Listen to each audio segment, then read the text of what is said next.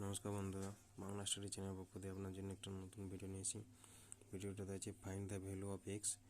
এখানে 7 পর 3x - 5 = 1/49 power x. এখান থেকে এক্সের মানটা আমাকে বের করতে হবে। তো এটা কীভাবে করবো?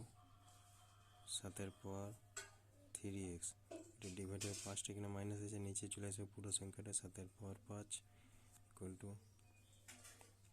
49 হচ্ছে 7 স্কোয়ার, তাই 7 স্কোয়ার আর এক্স, তাই 7 পর 2x। এটা কোনাকুনি গুণ করব।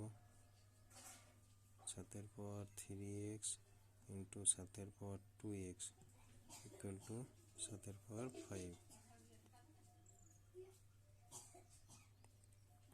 পাওয়ারটা যোগ হবে, বেশটি কী আছে, তাই 7 পর হচ্ছে 5x = 7 পর 5। এখানে বেশটি কী আছে, তাই পাওয়ারগুলো সমান হবে।